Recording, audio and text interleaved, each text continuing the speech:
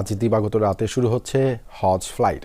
ঢাকার শাহজালাল বিমানবন্দর থেকে 419 জন যাত্রী নিয়ে হজের প্রথম ফ্লাইট ছেড়ে যাবে রাত 2:15টায়। হজ ফ্লাইটের আনুষ্ঠানিক উদ্বোধন করে ধর্ম উপদেষ্টার আশাবাদ, এবছর যাত্রা হবে নির্বিঘ্ন ও স্বাচ্ছন্দ্যে।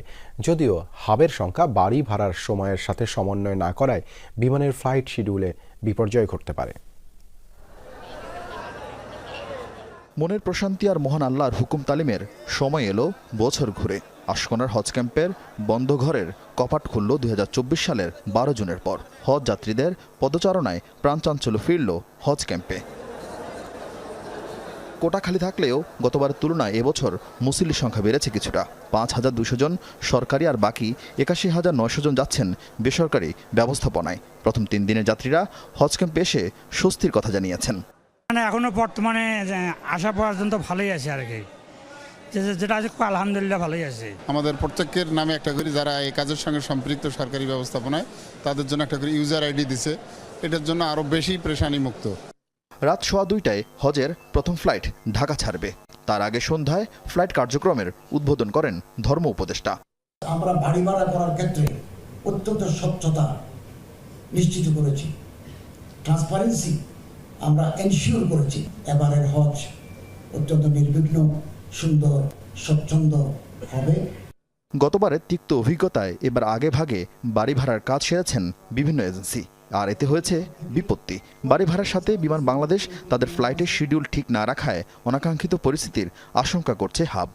বাংলাদেশ বিমানকে ঢাকা থেকে সেখানে 36টি ফ্লাইট দেওয়া হয়েছে, 15টি ফ্লাইট বেশি দেওয়াতে সেখানে 5,000 সিট এখনো বাংলাদেশ বিমানের অবিকৃত রয়েছে, কোনো বুকিং হয়নি। কারণ আমাদের হজ এজেন্সির মালিকগণ এবার টিকিট পাওয়ার আগে বাড়ি ভাড়া করে তারা ফিরেছেন, তাদের বাড়ি ভাড়ার সাথে সামঞ্জস্য না থাকাতে এই টিকিটগুলো বুকিং করা সম্ভব হচ্ছে না। আমি জানি না কেন এখন বলা হচ্ছে এই কথা, বাট আপনারা আশ্বস্ত হবেন যে আমরা কোনো পাথর উল্টাতে ভুল করব না এই সমস্যা সমাধান করার জন্য।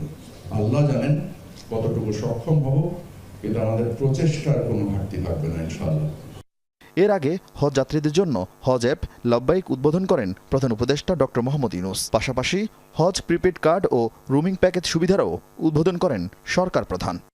প্রদত্ত হজ রোমিং প্যাকেজ সময় সৌদি আরবের মোবাইল অপারেটর সময়ের রেটের তুলনায় সাশ্রয়ী, এমনকি মূল্যবান বৈদেশিক মুদ্রা খরচ না করে বাংলাদেশি অর্থেই প্যাকেজসমূহ ক্রয় করা যাবে। অন্যান্য বারের মতো এবারও সব হজযাত্রীর 2 অংশের ইমিগ্রেশন হবে ঢাকায়। হজ ফ্লাইট চলবে 31 মে পর্যন্ত। এর মধ্যে বিমান বাংলাদেশ এয়ারলাইন্স 118টি, সৌদি এয়ারলাইন্স 80টি আর ফ্লাইনাস 34টি ফ্লাইট পরিচালনা করবে। আরিফিন শাকিল, যমুনা নিউজ, ঢাকা।